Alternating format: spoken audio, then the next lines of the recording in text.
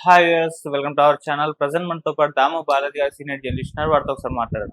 Sir నమస్కారం sir. నమస్తే. Sir, ఆంధ్రప్రదేశ్లో ఎలక్షన్స్ ముందర అంటే టీడీపీ జనసేన ఈ కలవడం వల్లనే వైసీపీ ఓడిపోయిందని చెప్పేసి ఇప్పటికీ చెప్తూ ఉంటారు కదా. మరి ఇప్పుడు అంబటి రాంబాబు గారు ఒక స్టేట్మెంట్ ఇచ్చారు. చంద్రబాబు పవన్ కళ్యాణ్ ఇద్దరు కలిసి ఉంటే మాకే లాభం, మాకు నష్టమేం లేదు అని చెప్పేసి ఒక వింత లాజిక్ అయితే ప్రవేశపెట్టారు. మరి దీన్ని ఎలా అర్థం చేసుకోవాలి? మరి వచ్చే ఎలక్షన్స్ నాటికి కూడా వీళ్ళు కలిసే ఉంటే వైసీపీ ఓటమి తప్పదా, లేకుంటే ఈయన లాజిక్ ప్రకారం అది వైసీపీకే లాభమా సార్? యా ఇప్పుడు ఒక వార్త వైరల్ అవుతుంది. అది అంబటి రాంబాబు ఒక స్టేట్మెంట్ ఇచ్చాడు. అదేంటంటే తెలుగుదేశం జనసేన కలిసి ఉంటేనే, పవన్ కళ్యాణ్ చంద్రబాబు కలిసి ఉంటేనే వైసీపీకి లాభం అని ఒక స్టేట్మెంట్ ఇచ్చాడు. దీని పట్ల రియాక్షన్స్ మొదలైనాయి. లాభం ఎలాగో చెప్పలేదు అతను అని వీళ్ళు అంటున్నారు, తెలుగుదేశం జనసేన వాళ్ళు. వైసీపీలో మాత్రం ఇతను అనవసరంగా కెలికి దీనికి గందరగోళం చేస్తున్నాడు, వాళ్ళిద్దరు కలిసి ఉంటే మనకెలా లాభం, ఎందుకంటే కమ్మ కాపు కాంబినేషన్ ఉన్నప్పుడు వాళ్ళ ఓటు శాతం పెరుగుతుంది తప్ప తగ్గదు, విడిపోతేనే డివైడ్ అవుతుంది, డివైడ్ అయినప్పుడు ఓడించవచ్చు అనేది వీళ్ళు అనుకున్నారు. ఎందుకంటే 2019లో విడిపోయారు. 2014లో కలిసి ఉన్నప్పుడు గెలిచారు, మళ్ళీ 2009లో విడిపోయినప్పుడు చంద్రబాబు ఓడిపోయాడు.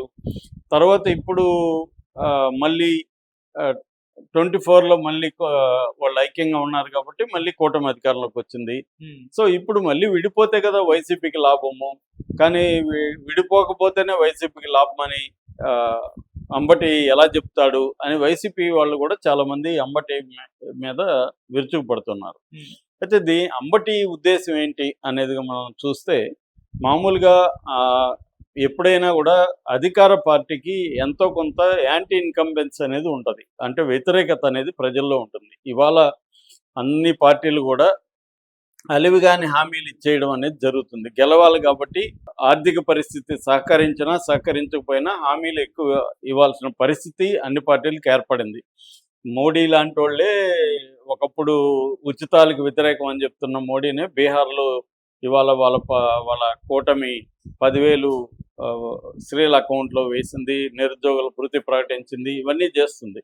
ఎందుకంటే ఇవాళ దేని మీద ఒక దాని మీద నమ్ముకుంటే కుదరదు, ప్రజల్ని ఏదో ఒక రకంగా మభ్యపెట్టి ఓట్లు వేయించుకోవాలి అన్న దీంట్లో ప్రతి పొలిటికల్ పార్టీ ఉంటుంది. ఎందుకంటే అధికారంలో ఉన్న పార్టీకి ఖచ్చితంగా యాంటీ ఇన్కంబెన్స్ అనేది పనిచేస్తుంది. సో దానివల్ల రాంబాబు ప్లాన్ ఏంటంటే, యాంటీ ఇన్కంబెన్సీ ఎక్కువ మంది దీంట్లో బయటకు వస్తే వీళ్ళు యాంటీ ఇన్కంబెన్స్ అనేది చీలిపోయి, అంటే ప్రతిపక్షాలు ఎక్కువ ఉన్నప్పుడు చీలిపోయి అది అధికార పక్షానికి ఉపయోగపడుతుంది అనేది ఈయన ఉద్దేశం. కలిసి ఉన్నారనుకో యాంటీ ఇన్కంబెన్స్ అంతా గుంపగుత్తగా వైసీపీకే పడుతుంది అనేది ఆయన ప్లాన్. అది ఒక రకంగా లాజికల్గా కరెక్టే. ఎందుకంటే చాలాసార్లు యాంటీ ఇన్కంబెన్సీ చీలిపోయినప్పుడు అధికార పార్టీ చేస్తుంది. అందుకని ఇప్పుడు మనకి ఇక్కడ బీహార్లో ఎన్నికల్లో చూసుకుంటే కూడా ఈయన ప్రతిసారి ఓవైసీ ఎందుకు అక్కడ పోయి పోటీ చేస్తాడంటే, యాంటీ ఇన్కంబెన్సీ ముస్లింల్లో ఉంటుంది కాబట్టి స్ట్రాంగ్గా ముస్లిం ఓటుని చేల్చడం అనేది ఈయన పని. అట్లాగే ఇప్పుడు ప్రశాంత్ కిషోర్ కూడా అదే పని చేస్తున్నాడు. బీ టీమ్ టు మోడీ అనేది ప్రతిపక్షాలు విమర్శిస్తున్నాయి. ఎందుకంటే అక్కడ నితీష్ కుమార్కి లేకపోతే మోడీ ఆ కూటమికి ఎన్డీఏకి వ్యతిరేకతని చీల్చి ప్రశాంత్ కిషోర్ చేల్చడం ద్వారా ఈ ప్రతిపక్షాలకి పోయే ఓటుని తను కొంత లాగేసుకోవడం వల్ల అధికార పక్షానికి హెల్ప్ చేయడానికే ప్రశాంత్ కిషోర్ ఎన్డీఏ దగ్గర డబ్బులు తీసుకొని పనిచేస్తున్నాడు అనేది ఇండియన్ కూటమి విమర్శ. ఆ రకంగా ఇక్కడ కూడా ఏం చెప్పిన దాంట్లో లాజిక్ వచ్చేందంటే, ఈ ప్రభుత్వం మీద వ్యతిరేకత ఉంది, ఈ ప్రభుత్వం మీద వ్యతిరేకత రేపు బీజేపీ జనసేన సపరేట్గా పోటీ చేశారనుకో, ఆ వ్యతిరేక ఓటు బీజేపీ జనసేన వైసీపీ కాంగ్రెస్ల మధ్య చీలిపోతుంది. అప్పుడు వైసీపీ వీక్ అయిపోతుంది. సో కాబట్టి అధికారంలో లేనప్పుడైతే అది కరెక్టే, అధికారంలో లేనప్పుడు వైసీపీకి యాంటీ ఇన్కంబెన్సీ చీలిపోకూడదు. పవన్ కళ్యాణ్ లాజిక్ కూడా అదే కదా, పదే పదే ఓట్ల చెల్లనివ్వను అని ఎందుకన్నాడు? యాంటీ ఇన్కంబెన్సీ ఉంటుంది జగన్కి, ఆ యాంటీ ఇన్కంబెన్సీ చీలిపోతే మళ్ళీ జగనే వస్తాడనేది పవన్ కళ్యాణ్ కూడా అండర్స్టాండింగ్. అది కరెక్ట్ కూడా, అది వర్కౌట్ అయింది కూడా కలవడం వల్ల. కానీ అధికారంలో లేనప్పుడు అది వర్కౌట్ అవుతుంది. కానీ ఇప్పుడు వీళ్ళే అధికారంలో ఉన్నప్పుడు వీళ్ళకి యాంటీ ఓటు ఎక్కడికి వెళ్ళాలి? ఇప్పుడైతే వైసీపీకి వెళ్తుంది. కానీ రేపు పవన్ కళ్యాణ్ ఉంటే ఆయన ఒక 6% చీలుస్తాడు.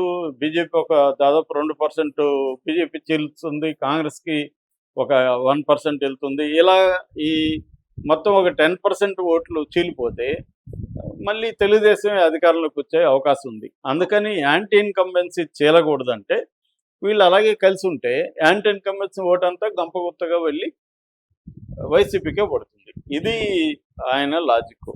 సో జనరల్గా అయితే ఆ లాజిక్ కరెక్టే, కానీ ఒక్కొక్కసారి ఆ లాజిక్లు కూడా పనిచేయకపోవచ్చు. ఎందుకంటే అంత యాంటీ ఇన్కంబెన్సీ ఉండాలి, అదంతా కూడా వైసీపీ ఆల్టర్నేటివ్ అని చెప్పి వైసీపీ నిలబడగలగాలి, ఇవన్నీ ఉన్నాయి. చాలా చోట్ల అది రాంగ్ అని కూడా ప్రూవ్ అయింది. కాబట్టి ప్రతి థీరీ అన్ని సార్లు అన్ని సమయాల్లో వర్కౌట్ అవ్వదు. ఇదొకటి. రెండవది, వైసీపీ చంద్రబాబుని పవన్ కళ్యాణ్ని చీల్చాలని ఎందుకు ట్రై చేస్తుంది? ఎప్పటి నుంచి అధికారంలోకి వచ్చినా కూడా వాళ్ళ పనేంది? పవన్ కళ్యాణ్ చంద్రబాబుని చీల్చాలని రకరకాల కథనాలు, స్టోరీలు చేస్తున్నారు. ఎప్పుడైనా కూడా కూటమిలో వివిధ పక్షాల మధ్య ప్రాబ్లమ్స్ అనేవి వస్తాయి. మొన్న నారాయణ ఆడియోని కూడా విపరీతంగా ప్రమోట్ చేశారు, వీళ్ళు ప్రచారం చేశారు వైసీపీ వాళ్ళు.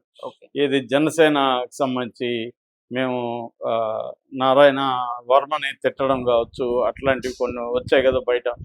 అట్లాగే చిన్న చిన్న లోకల్గా ప్రాబ్లమ్స్ వచ్చినప్పుడు కూడా జనసేనకి తెలుగుదేశానికి మధ్య దాన్ని పెంచి దాంట్లో అగ్నిలో ఆజ్యంలాగా పోసి దాన్ని ఆ గ్యాప్ని పెంచాలని వీళ్ళు ప్లాన్ చేస్తున్నారు.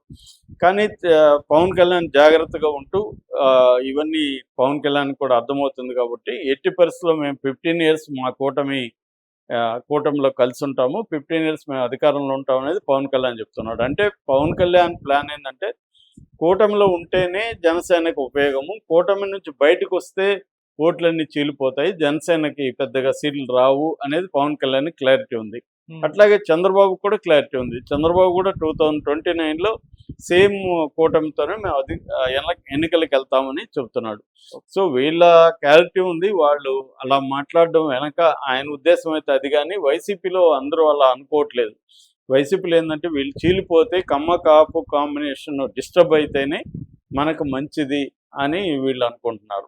ఎందుకంటే కాపు పాపులేషను దాదాపు 20-25% ఉంది కాబట్టి అది డెసిసివ్ ఫోర్స్, ఎవరు అధికారంలోకి రావాలని నిర్ణయించే ఒక నిర్ణయాత్మక శక్తి కాపు ఓటర్స్కి ఉంటుంది. కాబట్టి కాపు ఓటర్స్ చంద్రబాబుతో ఉంటే, అంటే పవన్ కళ్యాణ్ వెనక ఉండి చంద్రబాబుతో ఉంటే వైసీపీకి టఫ్ గేమే ఉంటుంది. అందుకనే బిగినింగ్ నుంచి కూడా పవన్ కళ్యాణ్కి చంద్రబాబు మధ్య గొడవ పెట్టాలని, పవన్ కళ్యాణ్కి లోకేష్ మధ్య పడదని రకరకాలుగా కథనాల్ని తీసుకొస్తూ ఉన్నారు. అంటే వీళ్ళు చీలిపోతే బాగుండు అన్న ఉద్దేశం అయితే వాళ్ళకు ఉంది. కానీ ఈయన చెప్పిన లాజిక్ అయితే లాజికల్గా అది కరెక్టే, కానీ ప్రాక్టికల్గా ఇప్పుడున్న కండిషన్లో వీళ్ళ కూటమి చీలిపోవడం వల్ల వైసీపీకి ఉపయోగం అంటే చెప్పే పరిస్థితి అయితే నిర్దిష్టంగా క్లియర్గా చెప్పలేని పరిస్థితి అయితే ఉంది. Okay sir, thank you so much.